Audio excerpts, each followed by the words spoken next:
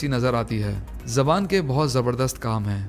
ये सिर्फ बोलने का काम नहीं करती, बल्कि जब हमारे अंदर कोई बीमारी पल रही होती है या कोई न्यूट्रिशनल डेफिशिएंसी हो जाए तो ज़बान पे बहुत सारी एबनॉर्मलिटीज़ का पता चल सकता है। नंबर 1 है सफ़ेद धब्बे।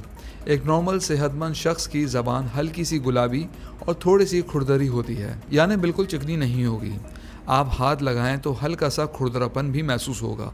ये एक नॉर्मल ज़बान की बनावट है। यहाँ एक सिम्टम ये है कि ज़बान पे अगर सफ़ेद धब्बे पड़ने लगे हैं, ये सफ़ेद निशान 2-3 कंडीशंस की वजह से हो सकते हैं। एक तो कोई फंगल इन्फेक्शन इसकी वजह हो सकता है, या अगर आपने कोई एंटीबायोटिक का हैवी कोर्स किया है जिसमें मुंह के वो बैक्टीरिया भी मर गए हों जो कुदरती होते हैं और बैड माइक्रो ऑर्गेनिज्म से बचाते हैं, तो फिर फंगस को बढ़ने का मौका मिल जाता है। दूसरी वजह लेशन प्लानस है। ये उस कंडीशन को कहा जाता है जहाँ जिस्म के अंदर ऑटो इम्यून डिजीज़ की वजह से जिस्म का दिफाई निज़ाम अपने ही नॉर्मल सेल्स के ख़िलाफ़ होके उनको नुकसान पहुँचा रहा होता है और ये ज़बान के सेल्स पे भी हमला कर देता है।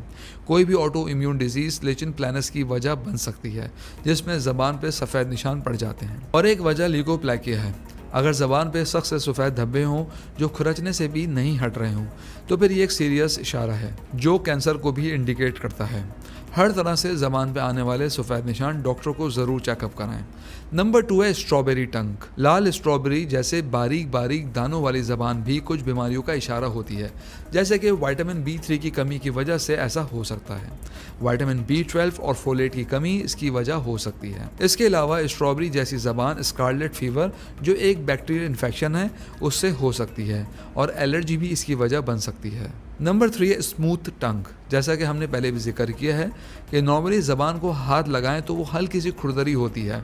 अगर ऐसा नहीं है और ज़बान बिल्कुल चिकनी स्मूथ लाल रंग की है तो ये बी विटामिन्स, आयरन और फॉलिक एसिड की कमी की तरफ इंडिकेटर हो सकता है। नंबर 4 है माइक्रोग्लोसिया। ज़बान बहुत ज़्यादा बड़ी हो जाए तो भी कुछ क्लिनिकल प्रॉब्लम्स की वजह से ऐसा मुमकिन है। थायराइड हार्मोन की कमी यानी हाइपोथायराइडिज्म, अमाइलोडोसिस में एक प्रोटीन एमिलॉइड जिस्म के मुख्तलिफ हिस्सों में जमा होने लगता है।